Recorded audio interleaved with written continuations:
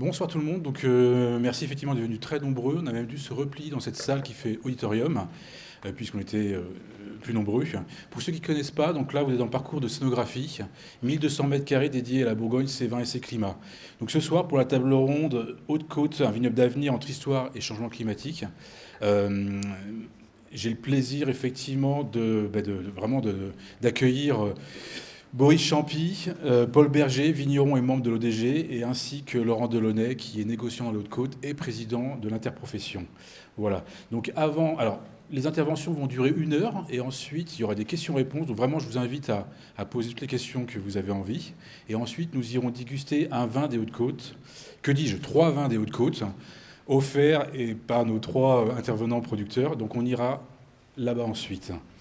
Donc, je ne me suis pas présenté, je suis Jérôme Diguet, je suis responsable effectivement médiation, programmation culturelle à la Cité. Voilà. Donc, avant de nous plonger nous resituer dans une perspective historique, avant de nous plonger dans tout ce qui est enjeu de plantation ou de changement climatique, on va d'abord faire une photo du vignoble des Hautes-Côtes. Et pour cela, je passe la parole à Paul Berger. Merci, bonsoir à tous. Merci beaucoup à la Cité, à l'ensemble du staff de nous proposer cette table ronde. On se prête à l'exercice avec grand plaisir. Donc il semblerait que ça séduise puisque vous êtes nombreux. Donc quand on parle des Hautes-Côtes, on parle d'abord d'un territoire. Un territoire qui s'étend sur 40 km, 40 communes et 2 départements, puisque la Pointe Sud, on le verra, est domiciliée en Saône-et-Loire, et l'immense majorité du territoire est bien entendu en Côte d'Or. Donc on part de l'extrême nord de la commune de Reulvergy, à l'ouest de Chambol-Musigny, et on descend à l'extrême sud, en Saône-et-Loire, à Cheilly-les-Maranges, et pour être plus précis, dans le hameau de Mercey, qui m'est cher, puisque mon exploitation est domiciliée sur ce petit hameau. Et plus au sud, si on poursuit, on cède la place aux côtes du Couchois, au sud, et légèrement à l'est commence la côte chalonnaise, le nord de la côte chalonnaise. Voilà, donc si les extrémités sud des Hautes-Côtes et des côtes coïncident dans les Maranges, ce n'est pas tout à fait le cas dans la partie nord du périmètre des Hautes-Côtes, puisque la commune de Reulvergy est au même niveau que Chambol-Musigny, mais la côte de Nuits va se développer encore plus au nord, au travers des villages de Moret, Gevrey, Marcenay. Et donc ce soir, on s'intéresse plus particulièrement au vignoble. Donc en quelques chiffres, alors ça va être un peu dense, mais je vais essayer d'être rapide sur la partie chiffrée pour ne pas vous assommer. Il y a une histoire de la culture de la vigne qui est séculaire. Je laisserai la parole à Laurent sur la partie historique, qui sera bien plus affûté que moi sur ces sujets, mais voilà, là, on sait que l'histoire de viticole est séculaire. On parle de 2 appellations obtenues en 1961, le 4 août. Il y a peu, on fêtait à la Carrière, proche de Nuit-Saint-Georges, les 60 ans, c'était à l'été 2022. Et donc ces 2 appellations sont Bourgogne, Haute-Côte-de-Beaune et Bourgogne, Haute-Côte-de-Nuit. Et si on regarde la pyramide des appellations, les Hautes-Côtes occupent la partie supérieure du segment des appellations dites régionales, au même titre que les autres appellations Bourgogne identifiées. On pourrait citer Bourgogne-Côte-du-Couchois, Bourgogne-Côte-Chalonnaise, etc. Et donc, c'est la fraction qui est en proximité immédiate du segment suivant, que sont les appellations villages. Pour la petite anecdote sur le territoire, seule une des communes est en capacité de produire les 2 appellations, c'est la commune de Magny-les-Villers. Voilà, on va retrouver 3 couleurs. Le rouge, essentiellement en pinot noir, qui représente un petit 80% de la surface en culture. Le blanc, bien sûr, au travers du chardonnay, de l'ordre de 23%. Et c'est assez peu su, mais le rosé est une couleur du cahier des charges des Bourgognes Haute-Côte-de-Beaune et Haute-Côte-de-Nuit. Alors c'est une production infinitésimale, mais qui est bien existante et qui mérite d'être découverte. En termes de superficie, on parle d'à peu près 4750 hectares qui sont classés en AOP. Sur cette surface, on retient 2300 hectares qui sont plantés en vigne, à destination de la production de Haute-Côte, mais aussi d'aligoté et de crémant. Donc vous voyez déjà, et ça sera à l'introduction du sujet de Boris après, que seulement la moitié de ce qui est classé est planté. Et si on s'intéresse spécifiquement à la surface qui est revendiquée en appellation Haute-Côte-de-Beaune et Haute-Côte-de-Nuit, le chiffre s'abaisse à 1750 hectares en 2023. Une fraction un peu plus grosse en Haute-Côte-de-Beaune, de l'ordre de 940 hectares, et 780-790 pour les Hautes-Côtes-de-Nuit. Dans les derniers chiffres qu'on peut citer, la moyenne de production globale de la zone est de l'ordre de 67 000 hectos, et elle s'abaisse de 46 000 sur un millésime compliqué comme 2021, et monte jusqu'à 87 000 sur un millésime plus favorable comme 2023. Voilà, ce qui donne des rendements moyens sur 5 ans, pour information, en blanc de 42 hectos et en rouge de 39 hectos. Donc en somme, c'est un grand vignoble, c'est un très grand vignoble, et en fait, les vins des Hautes-Côtes représentent 5% de ce que toute la Bourgogne produit en vin tranquille. Et si on s'intéresse à la catégorie des vins rouges tranquilles de Bourgogne, ce pourcentage y remonte à 13%. Donc en fait, c'est significatif. C'est significatif, et c'est même considérable, et si on extrapole la croissance de ce vignoble, je ne pique pas l'information à Boris, il vous en parlera, mais malgré tout, c'est un vignoble qui croît 2 fois plus que le reste de la Bourgogne. Donc si on extrapole et qu'on se projette un peu mathématiquement, il n'est pas exclu que dans quelques temps, dans un carton de Bourgogne rouge qui sortent des caves, un carton de 6, il y ait l'équivalent d'une bouteille de Haute-Côte, systématiquement, pour vous donner la taille et la présence des Hautes-Côtes dans le paysage bourguignon. Voilà. Alors vous me direz, qui produit tout cela? Parce qu'on a parlé surface, on n'a pas parlé des hommes et des femmes qui font tout ce travail-là. Donc c'est un peu plus de 400 exploitations, dont un peu moins de 10% de coopérateurs qui sont pour l'essentiel regroupés sur la cave des Hautes-Côtes et qui cultivent 10% de la surface.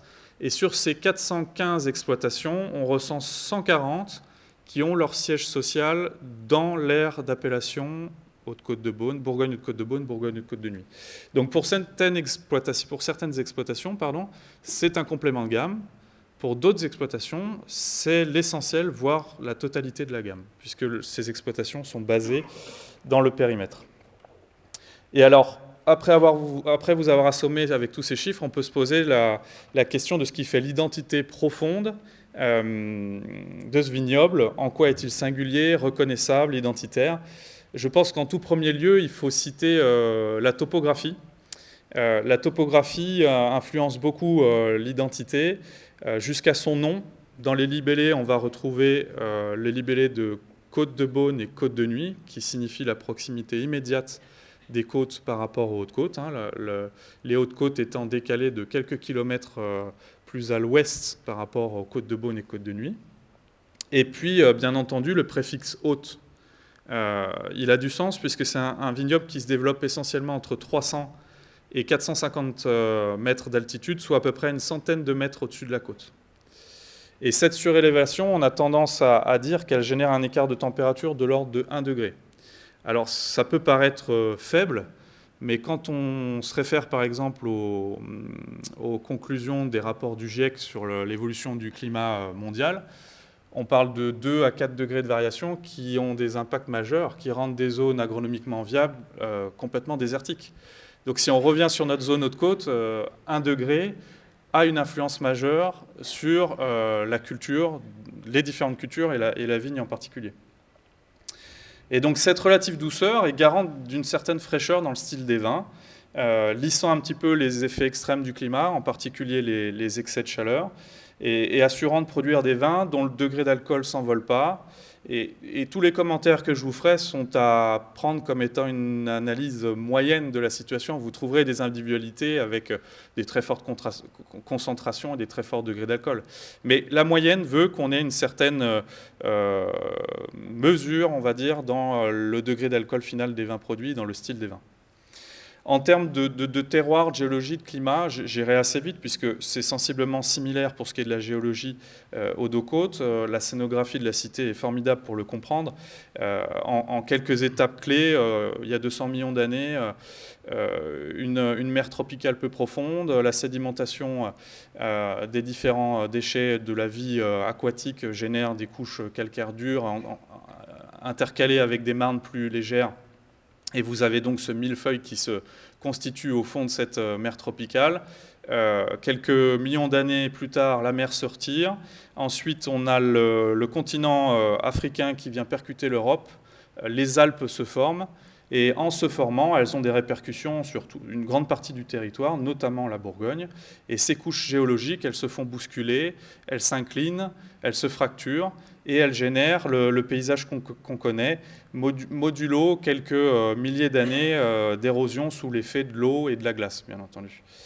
Et si on fait une coupe verticale entre le Morvan et la plaine de Saône, on observe 5 marches majeures, la plus haute étant occupée par les monts du Morvan, avec des sommets qui sont autour de 900 mètres, et la plus basse, ça va être la plaine de Saône. Et la marche qui précède la plaine de Saône, c'est le plateau calcaire du Jurassique, qui abrite les Hautes-Côtes. Et les 2 côtes, elles, vont s'installer dans les pentes entre ce plateau jurassique accueillant les Hautes-Côtes et la plaine de Saône. Voilà. Et lorsqu'on regarde les coteaux des Hautes-Côtes, qui sont orientés majoritairement est, sud-est, parfois un peu plus tournés vers l'ouest et plus rarement nord, on observe classiquement de haut en bas, généralement des falaises calcaires, qui sont parfois dominées par un grand plateau. Je pense particulièrement au secteur de Horche, ou encore les deux côtés du secteur du bout du monde, où c'est absolument splendide, où on trouve l'origine de la rivière la Causane. Vous avez donc les falaises calcaires. Juste à l'aplomb de ces falaises, vous trouvez les hauts coteaux, qui sont généralement à forte proportion calcaire et pierreuse.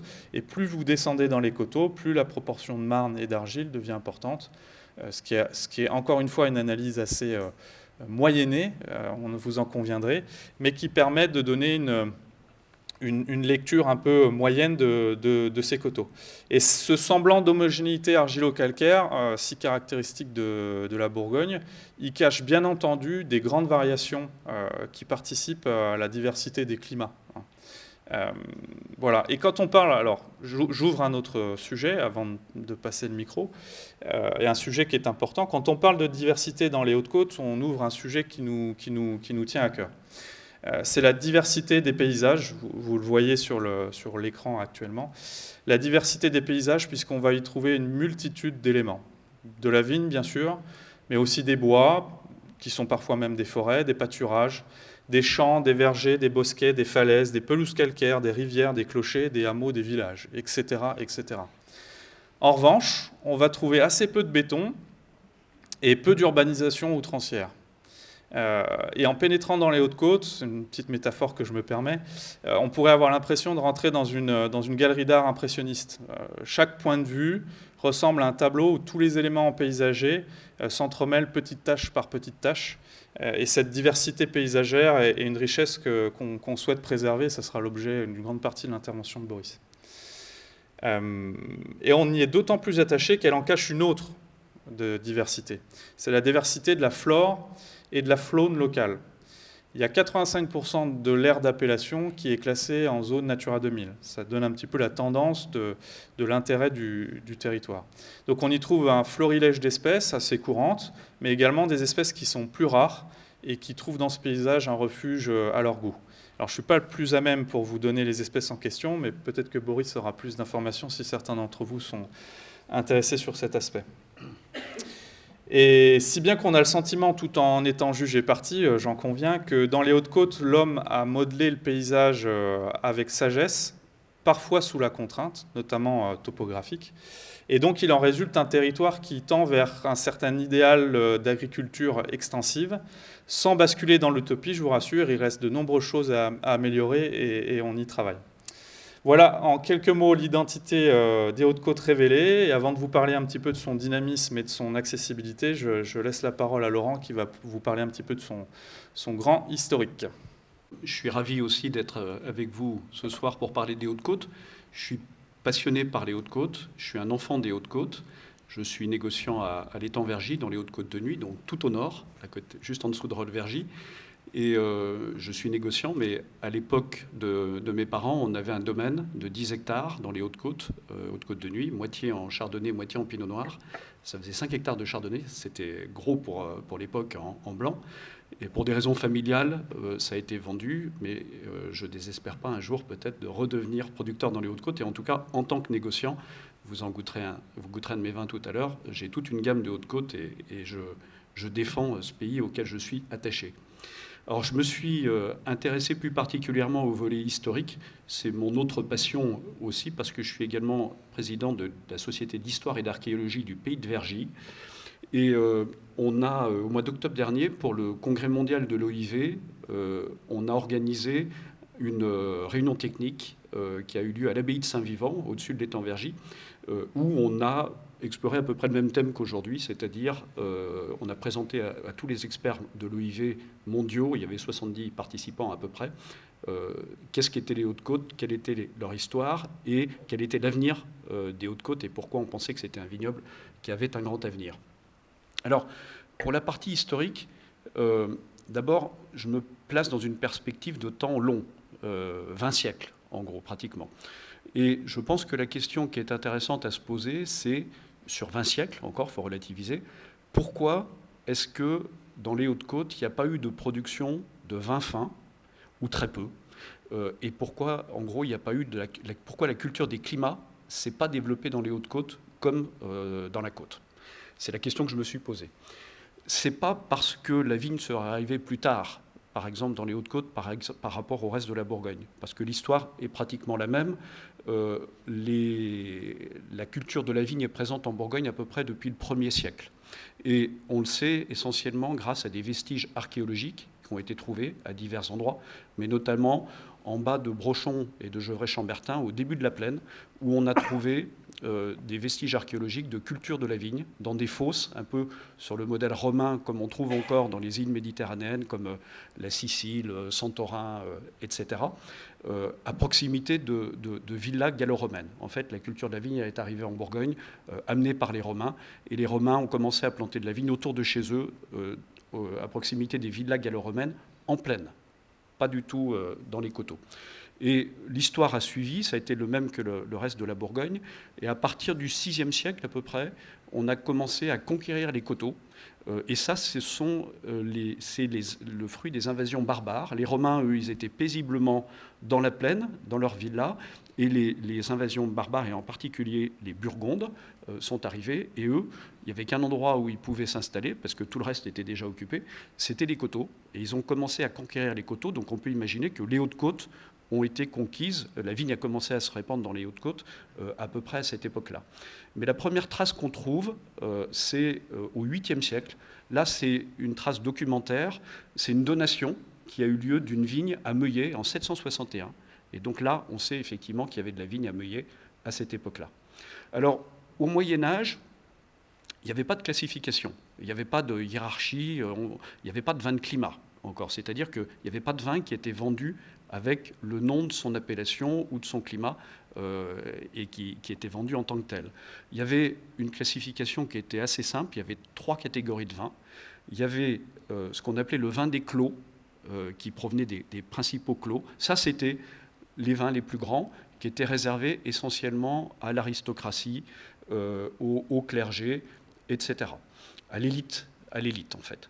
Il y avait une deuxième catégorie, c'était le vin des dîmes, qui servait à payer la dîme, c'est-à-dire en fait on payait le clergé. Et ce vin-là, en fait, c'était une sorte d'impôt, en quelque sorte, qui servait à faire vivre le clergé. C'était le vin de la catégorie intermédiaire, et le clergé s'en servait pour boire. Il s'en servait dans les abbayes, il y avait beaucoup d'abbayes aussi, pour recevoir les visiteurs, y compris des visiteurs de prestige. Et puis il s'en servait comme vin de messe aussi. Et puis la troisième catégorie, la moins bonne, c'était le vin des censes. Le cense, c'était le loyer, c'était un peu le métayage en quelque sorte, qu'on versait en général aux seigneurs, et qui était en fait la partie de la production du fruit qui lui revenait. Et ça, c'était la moins bonne catégorie. C'était ce qu'on réservait, c'était la moins bonne catégorie. Or, on sait que, par exemple, à Arcenant, le clos du chapitre était considéré comme un vin des clos.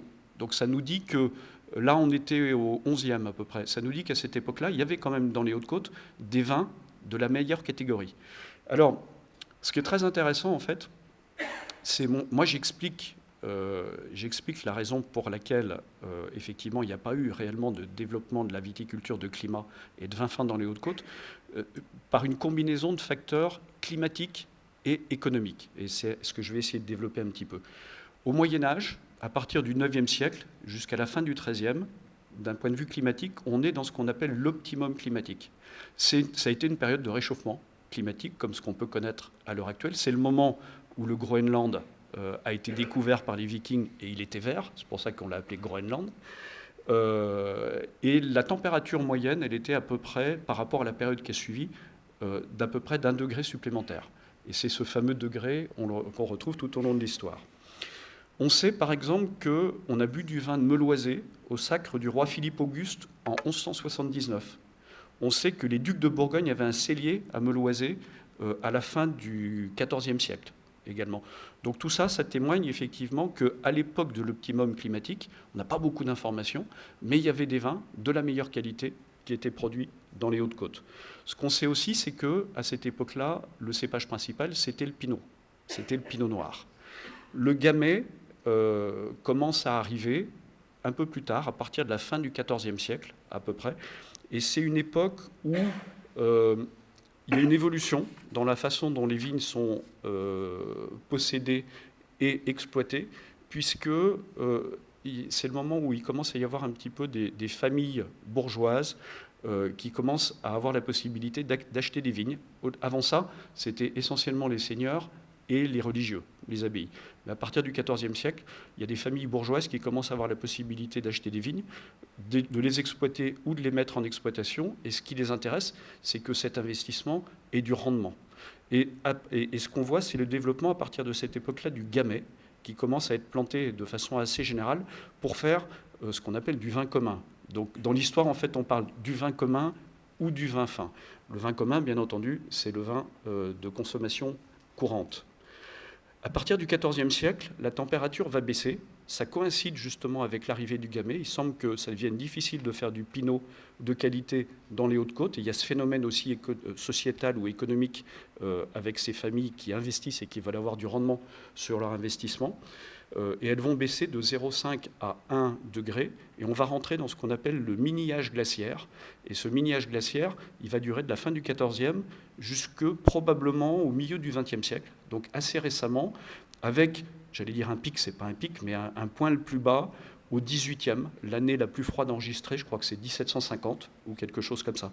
En fait, certains scientifiques pensent même que ce qu'on vit en ce moment, le réchauffement climatique, enfin, il faut peut-être plus parler de dérèglement climatique, mais toujours est-il qu'on a un réchauffement et on a assisté à un réchauffement climatique depuis 20 ou 30 ans, c'est peut-être simplement la sortie du mini-âge glaciaire. Voilà.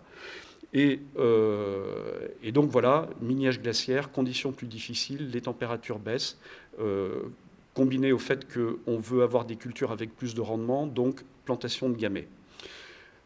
18e siècle, et début du 19e siècle, fort développement de la vigne dans les Hautes-Côtes, plus 140% par exemple en surface entre 1800 et 1878.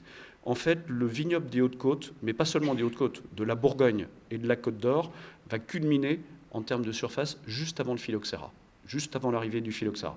Vous avez quelques chiffres sous les yeux, vous pouvez le voir, 1882, donc à peu près l'époque de l'arrivée du phylloxéra.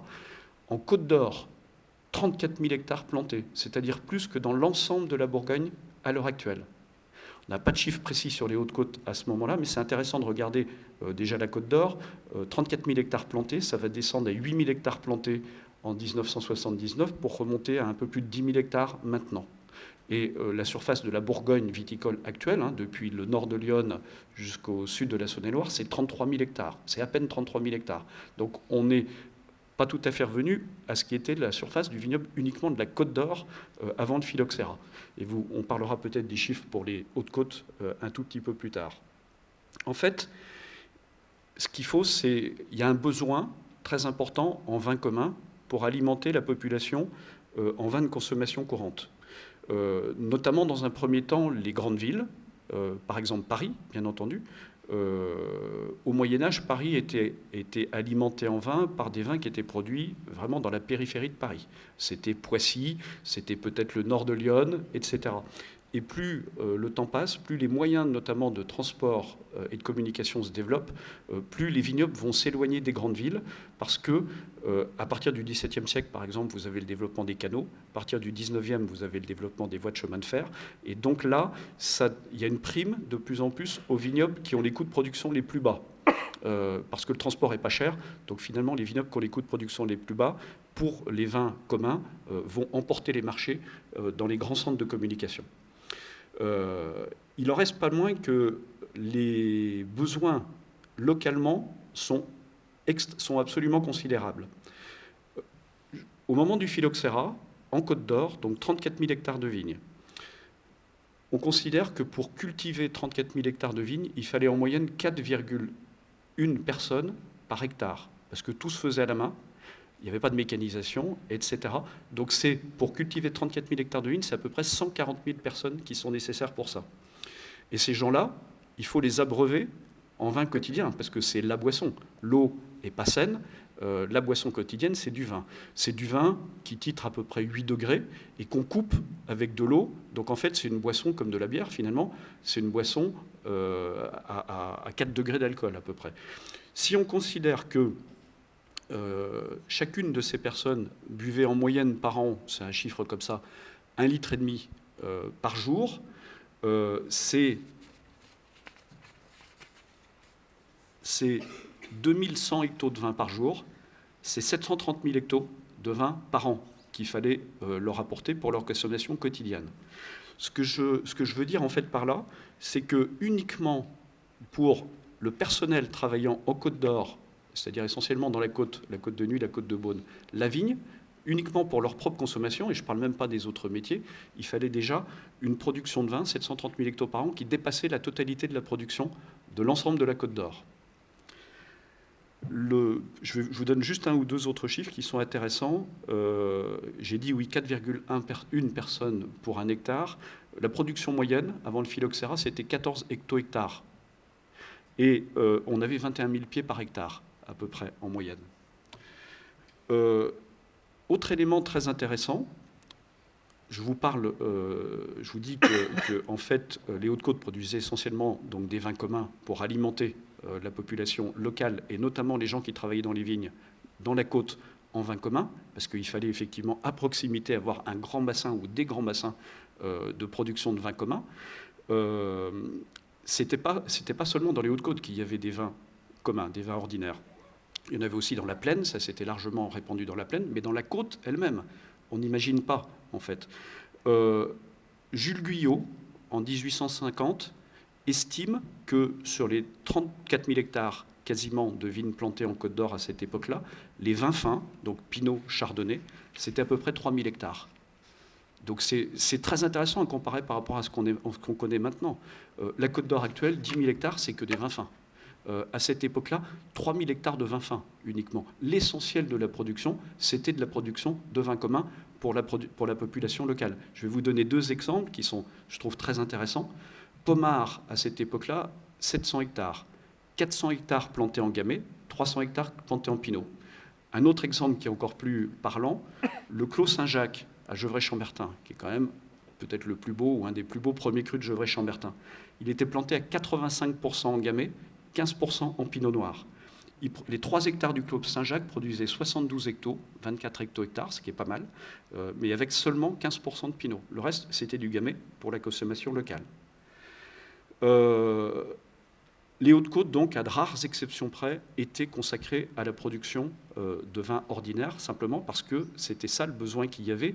Et les Hautes-Côtes étant très imbriquées par rapport à la côte, c'est la continuité du même territoire, on monte un peu en altitude, et ben c'était une des zones les plus faciles d'accès pour produire du vin commun pour la population locale, et notamment celle qui travaillait dans les vignes.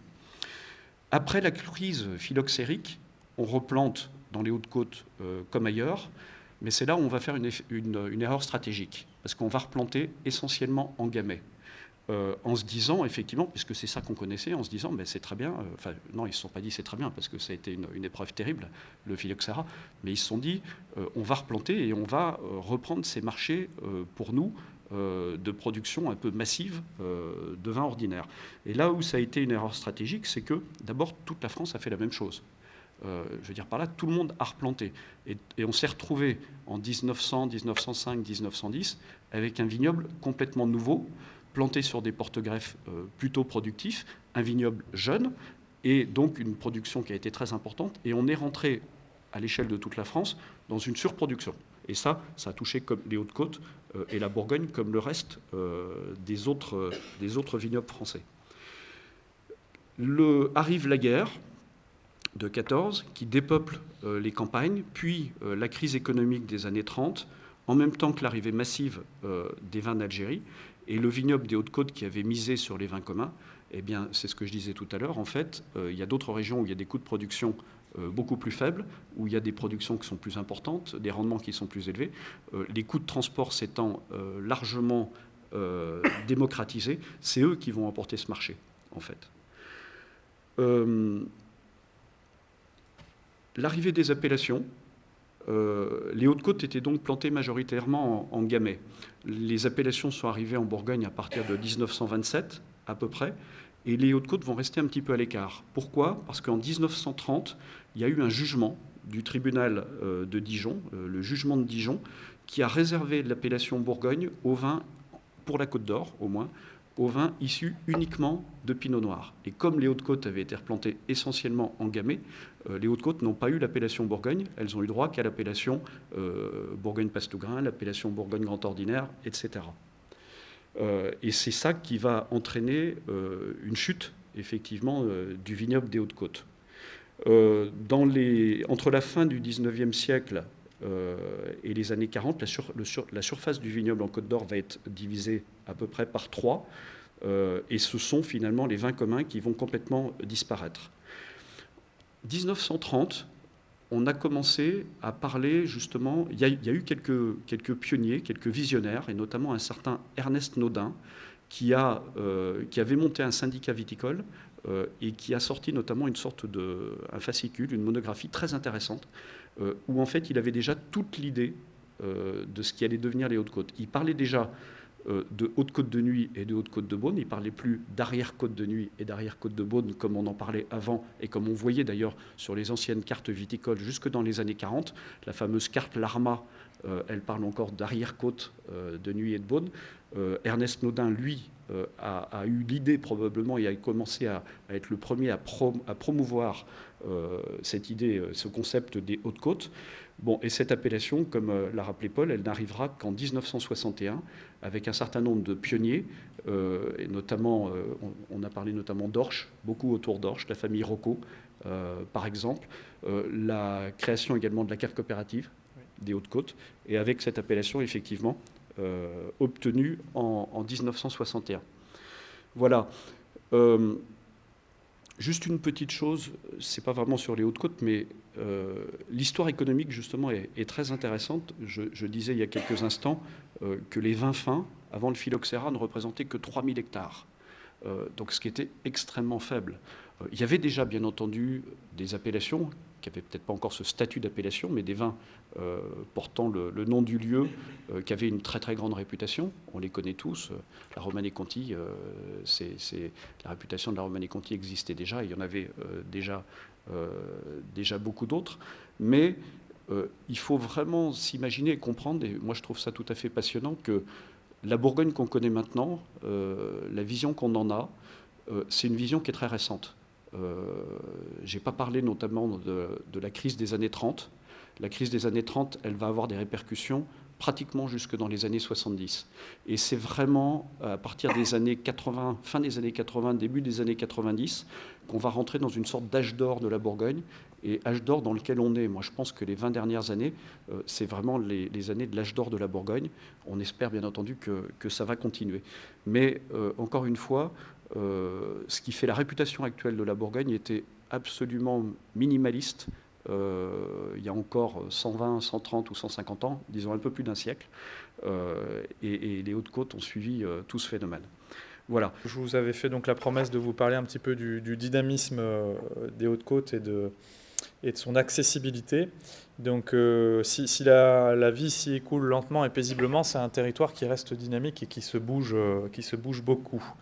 J'en veux pour preuve la vie très riche de l'ODG et des syndicats qui l'ont précédé. Et quelques exemples à vous citer. La création dès 1951 d'un concours interne qui s'appelle le Prix d'excellence des Hautes-Côtes et qui en 2025 n'a pas pris une ride. Sur le chemin, il est même devenu un concours officiel sous le contrôle de la DGCCRF. Et c'était certainement un outil d'émulation collective hier.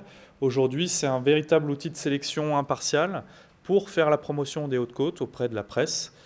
Les vins qui sortent, on pourrait dire vainqueurs de ce concours, entre guillemets, organisé à l'aveugle et comme il le faut, sont les vins qui sont portés par l'ODG dans toutes les opérations à destination de la presse. Et d'ailleurs, se doter d'une agence de presse depuis plus de 15 ans, c'est une pratique qui n'est pas forcément courante pour les ODG bourguignons.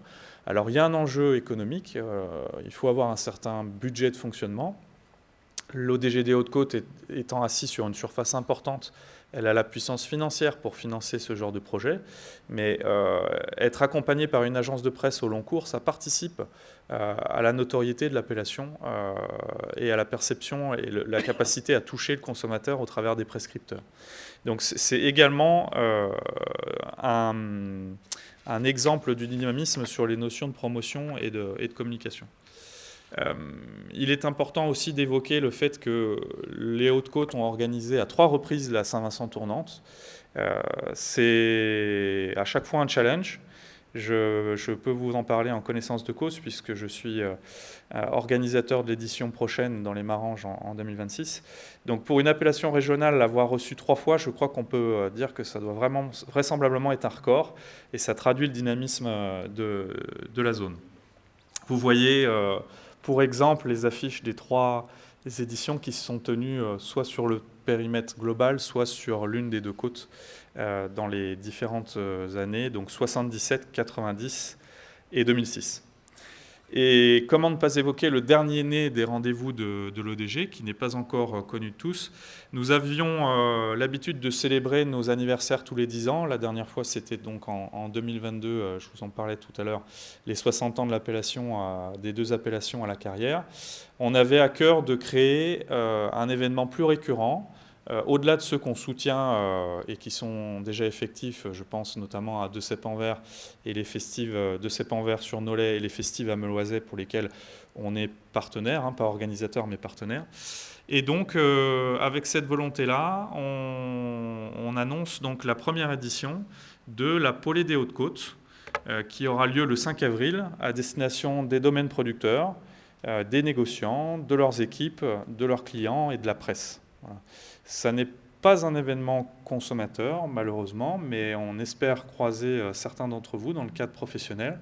Et on est très heureux de cette première, en sachant que c'est un événement qu'on souhaite convivial, simple, chaleureux, à l'image des Hautes-Côtes, et qu'on organiserait a priori une année sur 2, notamment en alternance avec les grands jours de Bourgogne. Voilà, en espérant voir certains d'entre vous tout début avril pour cette première édition qui sera, je n'en doute pas, sympathique. Et puis vous aurez l'occasion d'y croiser Laurent, d'y croiser Boris et bien d'autres. Et si on quitte un peu ces angles de promotion et de communication en s'intéressant plus aux dimensions techniques, eh bien les Hautes-Côtes ne sont pas en reste sur la dimension technique. Boris vous fera la démonstration tout à l'heure d'un sujet stratégique de premier plan. Et donc si on parle des Hautes-Côtes, on ne peut pas ne pas évoquer une caractéristique majeure de son identité technique, qui est sans égale en Bourgogne et qui témoigne de son dynamisme. Je veux bien entendu parler de sa cohabitation parfaite entre 2 modes de conduite du vignoble, et ce depuis plus d'un demi-siècle. Alors on parle du mode de conduite en vigne basse traditionnelle, dit haute densité. Alors c'est un peu difficile, mais on parle de vigne basse et de haute densité, il faut avoir l'esprit connecté, mais c'est bien les bons termes. C'est le modèle de référence bourguignon, et donc on observe dans les Hautes-Côtes un autre mode de conduite, qui est le mode de conduite en vigne haute et large, dite basse densité. On est sur des densités de 5000 à 3000, 3300. Ça serait parti en fonction des périodes où elles ont été entreprises. Et cette symbiose, à part quasi égale, on est quasiment à 50% de surface plantée en haute densité et 50% de surface plantée en basse densité, et ça depuis des décennies. Donc c'est assez atypique, et cette implantation de ce mode de culture atypique dans la région, il intervient dans la deuxième moitié du XXe pour répondre à des problématiques techniques et économiques de l'époque, qui restent pour certaines au goût du jour, on y viendra. Et donc, ce choix, il a accompagné le renouveau du vignoble après la déprise dont tu as parlé et les décennies compliquées du début du XXe. Il a accompagné le renouveau de ce vignoble pour l'amener jusqu'à sa posture relativement favorable aujourd'hui, avec ces 2 modes de culture bien en place. Et donc, certaines motivations techniques en faveur de la mise en place de ces vignes hautes et larges ont perdu un peu de leur intensité, bien qu'elles n'aient pas dit leur dernier mot. Je pense particulièrement au fait que la majorité des exploitations étaient en polyculture et souhaitaient utiliser le matériel pour leurs vignes et pour leurs autres cultures ou élevages. Et si les exploitations en polyculture se font plus rares, et il en existe encore hein, sur une autre activité céréalière, petits fruits, élevage, elles présentaient, ces exploitations, des intérêts majeurs qui ont été un petit peu sacrifiés sur l'autel de la politique de la spécialisation agricole, cette volonté politique de solliciter les agriculteurs pour choisir seulement une production, pour être plus efficace économiquement, techniquement, etc. C'était pas mal influé par les décisions de l'État sorties de la guerre, de la Seconde Guerre mondiale. Et donc si je cite quelques-uns des intérêts de la polyculture qui pourraient générer un regain d'intérêt, il y a la résilience climatique et donc économique des exploitations. Vous avez des pertes sur la vigne, vous faites d'autres cultures qui n'ont pas subi les mêmes dégâts, vous diversifiez vos revenus, vous êtes plus résilient. La participation au maintien d'une certaine diversité paysagère, on revient à ce que je vous expliquais plus tôt. C'est vrai que si vous avez à la fois de l'élevage, de la vigne, des céréales, nécessairement, dans un paysage qui vous entoure, vous allez entretenir des champs, des vignes et des pâturages. Et puis, un aspect qui a du sens techniquement également, c'est la notion de ressources internes croisées. Je m'explique. Le déchet d'une production est en fait un intrant dans une autre. Aujourd'hui, tous les viticulteurs, en grande partie, courent derrière le fumier bovin. Bon, ben, nos arrière-grands-parents ou grands-parents l'avaient sur leur exploitation. Et donc, on avait des synergies entre les différents ateliers. Voilà, les décennies à venir verront peut-être le grand retour de la polyculture. On voit déjà des exemples qui se sont maintenus ou qui se recréent. Vignerons céréaliers, vignerons maraîchers, vignerons éleveurs, vignerons brasseurs. On voit des exemples de ce type. Il y a d'autres motivations techniques qui ont été responsables de cette émergence, de ce mode un peu plus large et un peu plus haut, comme la volonté de lutter contre les dégâts du gel ou de lutter contre l'érosion. Et ça reste intact aujourd'hui. Si on parle de gel et d'érosion, c'est des thématiques qui n'ont pas pris une ride.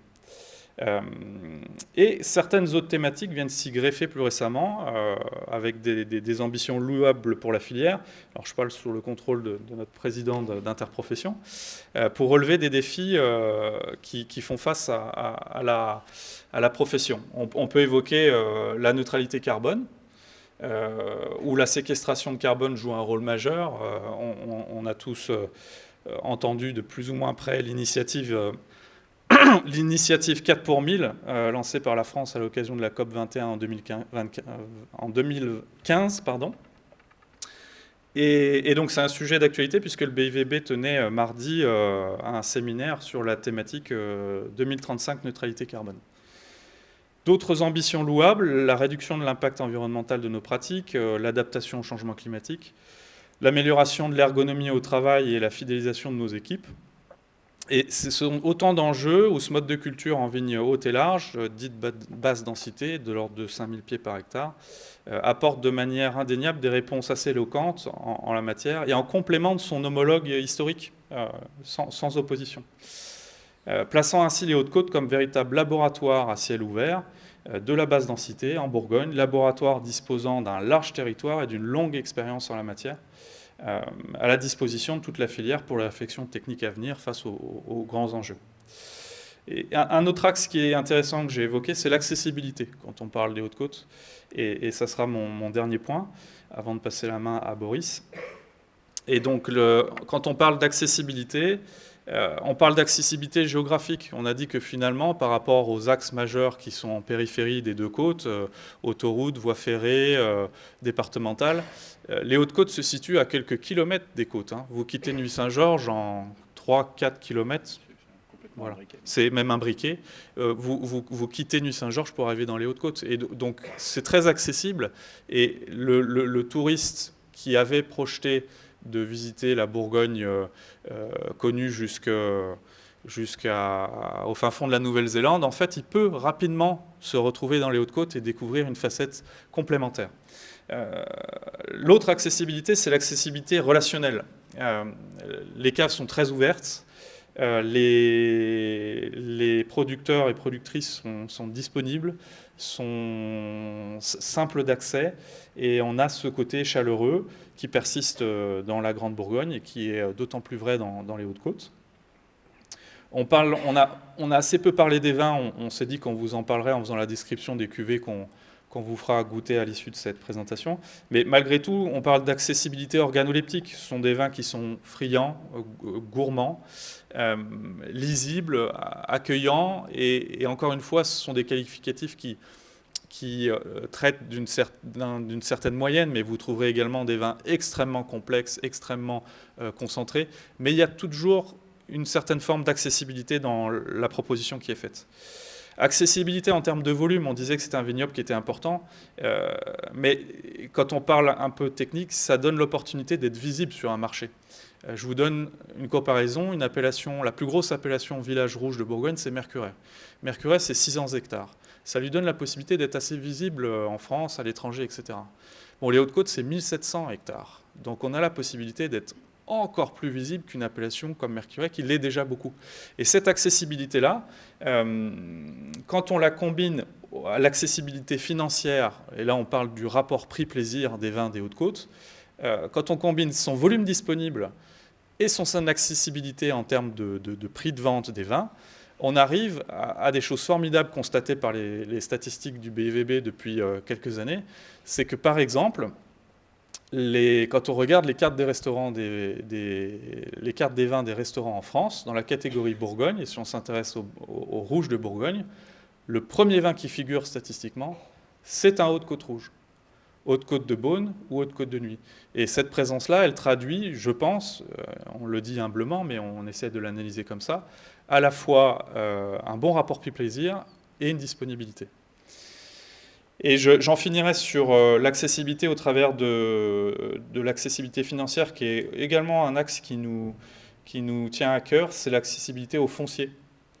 Le foncier, de par le juste niveau de son prix de marché, rend les Hautes-Côtes accessibles pour l'installation de jeunes, pour l'installation de personnes en reconversion, de néo-vignerons, pour la transmission d'exploitation. Alors, on a eu une grande avancée politique dernièrement sur la question, mais malgré tout, les Hautes-Côtes sont un territoire où on peut accéder, s'installer, transmettre, etc. Donc voilà, pour toutes ces raisons, je pense que l'avenir des Bourgognes est relativement radieux si on l'administre correctement, et on y passe du temps avec toujours beaucoup de plaisir. C'est une équipe très dynamique. Et pour vous donner une vision de ce que peut être un sujet très technique, très stratégique et absolument crucial pour l'avenir, je laisse la parole à Boris qui va vous parler d'un sujet en particulier. Je pensais que ta transition, c'était sur le néo-vigneron.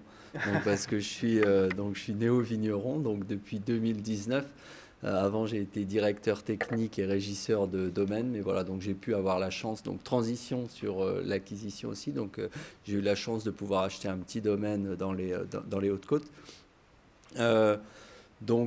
Comme Paul et Laurent en ont parlé, donc les Hautes-Côtes, c'est une zone en développement. Donc si on prend les chiffres 2024, Haute-Côte de Beaune, c'est plus 75 hectares.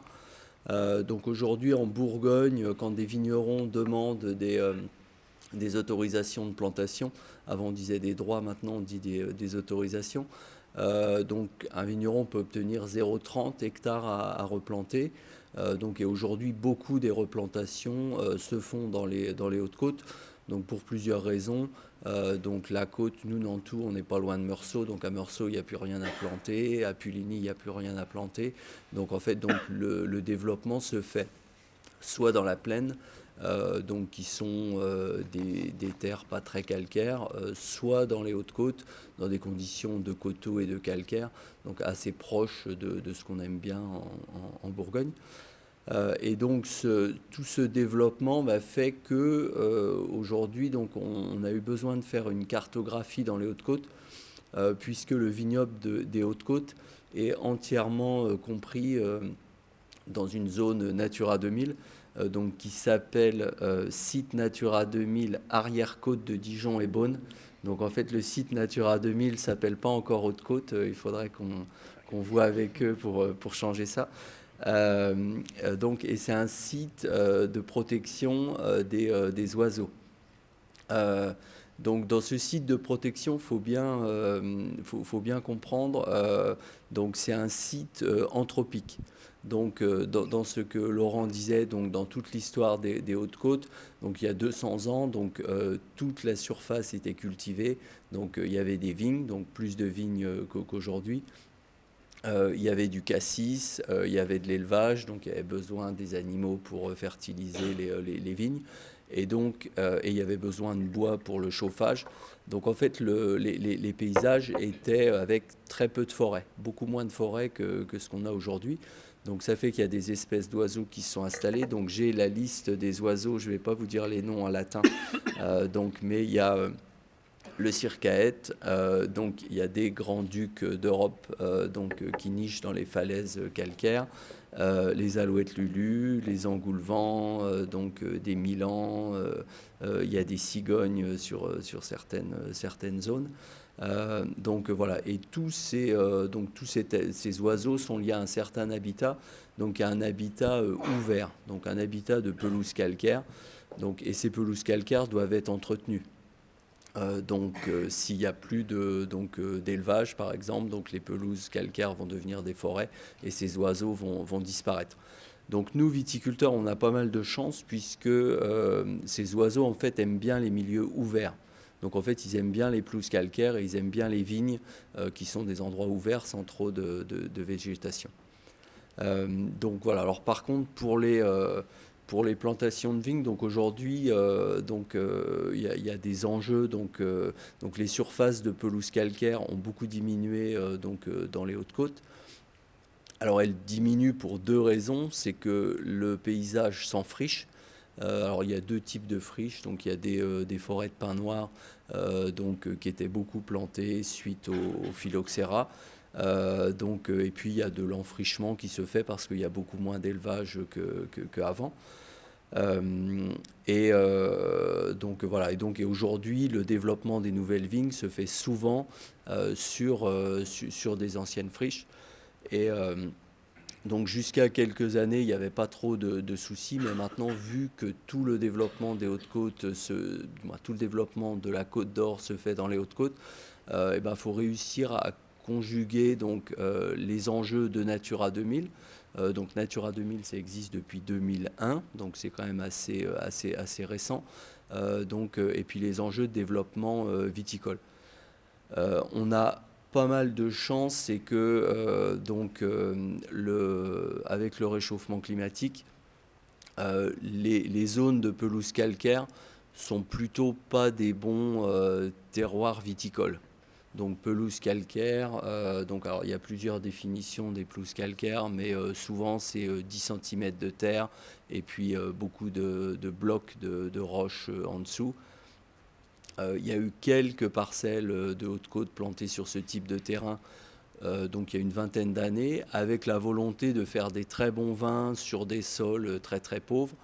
Et puis on va dire sur les millésimes secs, donc 2015, 2018, 2020, 2022, 2023, donc toute la série d'années très chaudes, on s'aperçoit que ce sont des sols où la vigne décroche, souffre un peu de la sécheresse. Donc aujourd'hui, moi je suis responsable des aménagements de parcelles dans les Hautes-Côtes. Donc quand un vigneron veut planter, je vais vous expliquer la démarche.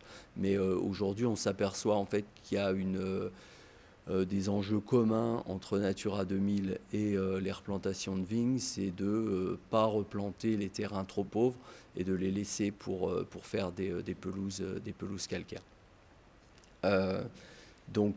Aujourd'hui, donc, quand un vigneron veut replanter, donc, il doit adresser une demande d'aménagement qu'il adresse donc, à la CAVB.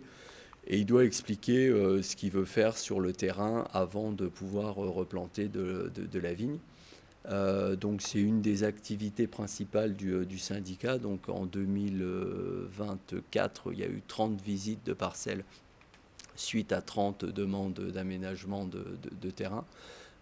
Donc là déjà le vigneron doit dire s'il est sur une zone spéciale de Natura 2000. Dans Natura 2000, donc toute la zone des Hautes-Côtes est en Natura 2000, mais il y a plusieurs types de classements. Donc il y a des endroits habitat des oiseaux donc, qui sont plus protégés que la zone globale. Donc voilà, donc aujourd'hui quelqu'un qui a des terres en zone habitat, c'est quasiment impossible de planter. Et après, donc il y a différents niveaux de protection. Donc alors on a eu beaucoup de mal à obtenir les différentes cartes, puisque certaines zones sont protégées pour un type d'oiseau, d'autres zones pour d'autres types. Donc on travaille avec Natura 2000, alors pas que Natura 2000, donc il y a plein de partenaires, donc l'ADDT, l'Adréal, Natura 2000. Les Hautes-Côtes sont aussi en zone écrin du site classé des climats. Donc voilà, donc il faut travailler avec tout le monde.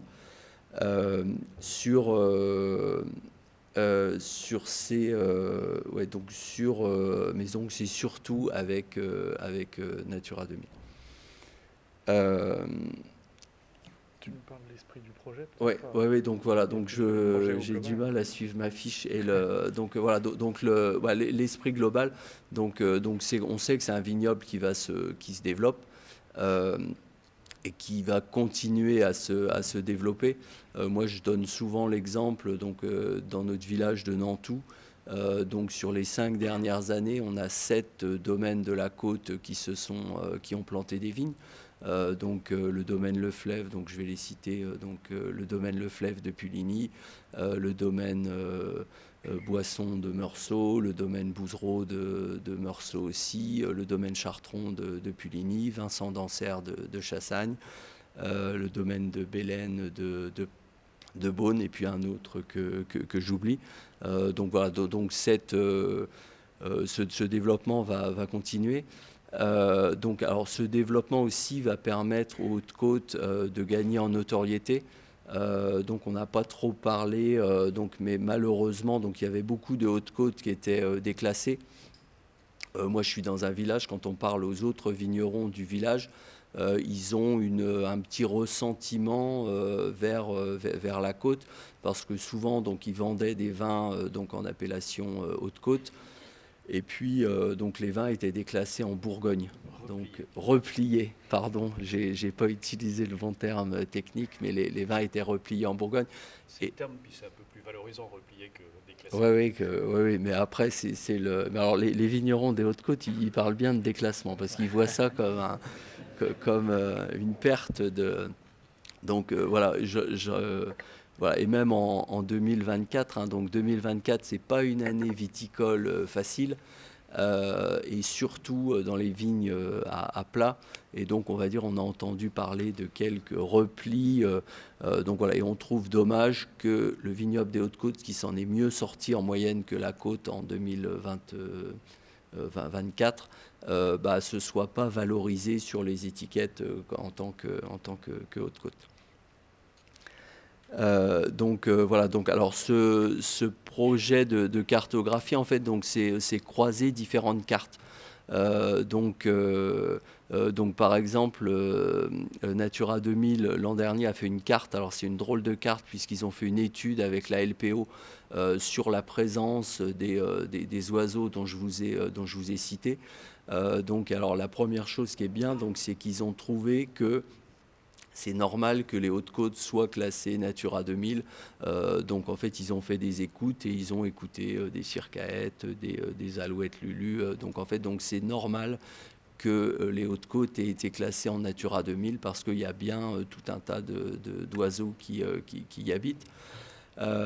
Donc ensuite, c'est croiser donc les cartographies de l'habitat, donc les endroits, les pelouses calcaires existantes, les pelouses calcaires qui ont disparu, les vignes qui se développent. Et puis nous, on a trouvé que c'était bien d'y ajouter la géologie.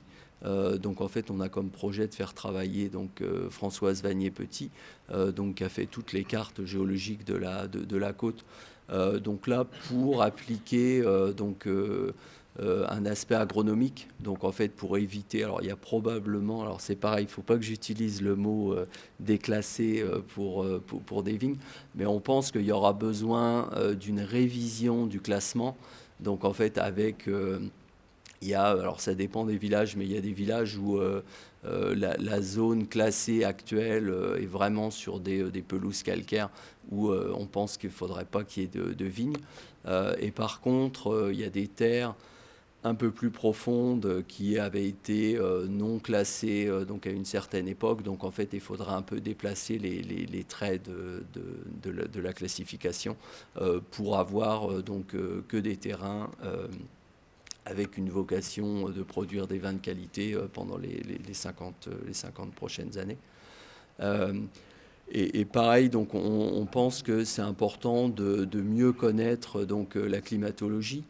Donc Paul et Laurent ont cité, donc il y a des études. Moi, si je me suis installé dans les Hautes-Côtes, j'avais vu au BIVB en 2008 une conférence où il y avait Jean-Pierre Chabin qui présentait la comparaison entre les stations météo de Beaune et de La Rochepot. Une étude, donc à l'époque on parlait de réchauffement climatique, donc où il montrait en fait que la côte se réchauffait et que les Hautes-Côtes se réchauffaient aussi. Voilà, donc, et on pense aujourd'hui qu'il y a besoin peut-être de regarder un peu plus haut. La délimitation des Hautes-Côtes s'arrête à 500 mètres d'altitude. Donc en France, quand les classements ont été faits, donc c'est pareil à Banyuls. Banyuls, ils ont arrêté à 500 mètres. Et aujourd'hui, à Banyuls, ils se demandent aussi s'il ne faudrait pas monter à 600 mètres. Donc voilà, donc nous en fait on voudrait aussi faire une cartographie de la climatologie pour voir quelles sont les températures un peu plus haut, quelles sont les différences donc avec la zone classée actuellement. Voilà, donc je pense que j'ai à peu près dit tout ce que je voulais dire. Voilà, donc vous l'aurez compris, c'est un projet majeur pour la vie de l'ODG, donc projet qui a été nommé Horizon Haute-Côte, qui vise, si je synthétise les propos de Boris, à constater que c'est un vignoble qui a un énorme potentiel de plantation nouvelle, qui est très sollicité par tous les opérateurs locaux et qui a un intérêt paysager, environnemental à gérer. Et donc l'idée, c'est de mettre autour de la table toutes les parties prenantes de tous les intérêts, de superposer ces cartes, donc les cartes de Natura 2000, la définition du potentiel agronomique qui n'est pas encore exploité, les zones boisées qui sont gérées par la DDT, et de mettre toutes ces personnes autour de la table pour définir une cartographie à disposition des professionnels, pour mettre en alerte sur les zones qui seront vraisemblablement refusées en projet de plantation nouvelle, et celles qui seraient facilement acceptées, et l'étape d'après, même celles qui ne sont pas classées, mais qui mériteraient de l'être au regard du changement climatique. Donc c'est un chantier qui va être lancé prochainement, qui nécessite un financement important, et qui a un caractère de projet pilote, vraisemblablement pour d'autres secteurs de la région. Et en ce sens, on sent un certain enthousiasme de tous les acteurs pour le lancer, voir comment il vit, et en tirer des enseignements. Et donc c'est un très gros projet d'avenir piloté par l'ODG et qui vous montre à quel point une appellation, ou là en l'occurrence 2 appellations, peuvent tenter de maîtriser leur avenir et être vraiment acteurs de leur avenir. Voilà, je repasse la main pour la conclusion à Laurent. Voilà, merci. Je trouve que, effectivement, quand on regarde les choses sur le temps long, comme on l'a fait tout à l'heure, il va de soi, je pense qu'on est tous conscients de ça, que les Hautes-Côtes ont pour moi un très grand potentiel. C'est toujours ce fameux degré de différence. Quand on était effectivement à l'optimum climatique au début du Moyen-Âge, température 1 degré supérieure en moyenne, puis on a perdu ce degré au moment du miniage glaciaire. On l'a regagné maintenant, on considère même qu'on a gagné 1,5 degré. Et ce degré, c'est aussi la différence entre la côte, c'est la différence de température moyenne entre la côte et les Hautes-Côtes. Alors, il va de soi que quand on est dans une période de réchauffement climatique, si on veut garder les mêmes conditions, on a 2 solutions. Soit on monte en latitude, on va plus vers le nord, mais on n'est pas sûr de retrouver les mêmes terroirs, soit on monte en altitude. Et c'est là où c'est particulièrement intéressant pour les Hautes-Côtes, parce qu'avec la configuration de la Bourgogne, de la côte, on va dire, Côte d'Or essentiellement, côte chalonnaise, nord-sud, à proximité immédiate, complètement imbriquée, effectivement, avec la côte, on a les Hautes-Côtes, qui sont, comme tu le disais tout à l'heure, en moyenne 100 mètres plus haute en altitude, jusqu'à 150 mètres, et avec même peut-être des possibilités de monter plus haut dans l'avenir. Donc, effectivement, il y a une sorte de logique. On entrevoit tout de suite, effectivement, l'avenir et le grand potentiel des Hautes-Côtes. Alors, c'était aussi très intéressant ce que tu disais, Boris, sur le déclassement, le repli, la frustration qu'on peut avoir parfois à voir ces vins qu'on a travaillés avec beaucoup de passion, qui ne sont pas utilisés avec l'appellation à laquelle ils ont droit. Mais là, il y a aussi tout un travail à faire. Il y a tout un travail à faire qui dépend de nous, qui dépend des acteurs des Hautes-Côtes, qui est de développer l'image, la notoriété, etc. Et moi, je pense en fait qu'il y a un train à prendre, alors c'est mon avis personnel, il y a un train à prendre, c'est l'approche des climats. Il faut qu'il y ait des locomotives. À la fois, il y a des producteurs de grands domaines, comme tu l'as dit, qui viennent dans les Hautes-Côtes, et je trouve que c'est positif, parce qu'ils amènent leur réputation, et ils vont faire partie de ceux qui vont tirer les Hautes-Côtes, mais il faut aussi qu'on ait des endroits, des climats qui émergent, et qui deviennent de plus en plus intéressants, qui fassent envie, etc. Et on voit ce phénomène qui se développe depuis un certain nombre d'années. Il y a quelques climats qui commencent à exister maintenant dans les Hautes-Côtes depuis plusieurs décennies. Alors un climat, c'est un vin de lieu, c'est un terroir dont le nom est porté sur l'étiquette. Et moi, j'encourage effectivement les producteurs des Hautes-Côtes à explorer leur climat, à identifier les endroits qui semblent avoir le plus de potentiel, qui semblent avoir le plus de potentiel qualitatif, à les vinifier à part, année après année, pour vraiment s'assurer qu'il y a une vraie identité, qu'il y a un vrai supplément qualitatif, et puis, quand ils en sont convaincus, à le mettre sur l'étiquette. Et s'ils sont plusieurs à le mettre sur l'étiquette, ça va donner un peu plus de notoriété aux Hautes-Côtes. Alors, c'est une stratégie possible, ça se discute, tout le monde n'est pas obligé d'être d'accord avec moi, mais moi, je suis assez convaincu du très grand potentiel des Hautes-Côtes parce que toutes les conditions sont réunies. Puis la dernière chose que je voulais dire, pour revenir à l'échelle de l'ensemble de la Bourgogne, c'est effectivement ce côté vignoble pilote, ce laboratoire qui est unique à l'échelle de la Bourgogne à l'heure actuelle parce que ne serait-ce que ce travail de cartographie, c'est quelque chose qui n'a jamais été fait avec autant de critères à l'échelle de la Bourgogne. On va croiser différents critères pour effectivement définir les zones qui sont à planter en priorité, puis celles au contraire dans lesquelles il vaut mieux ne pas planter pour différentes raisons. Ce travail aussi sur les différentes densités, qui est une réalité dans les Hautes-Côtes, c'est un endroit où on a plus de latitude pour expérimenter effectivement différentes méthodes culturales, etc. Donc pour moi, les Hautes-Côtes sont une zone d'intérêt spécial, prioritaire pour l'ensemble de la Bourgogne. Et je suis ravi parce qu'en fait, ça dépasse effectivement, je suis déjà passionné par les Hautes-Côtes, mais ça dépasse le simple territoire des Hautes-Côtes. Je pense que c'est quelque chose que je dis souvent. Je pense que les Hautes-Côtes constituent une partie, et moi je dis même les Hautes-Côtes sont l'avenir de la Bourgogne. Voilà, pour moi, c'est peut-être la conclusion.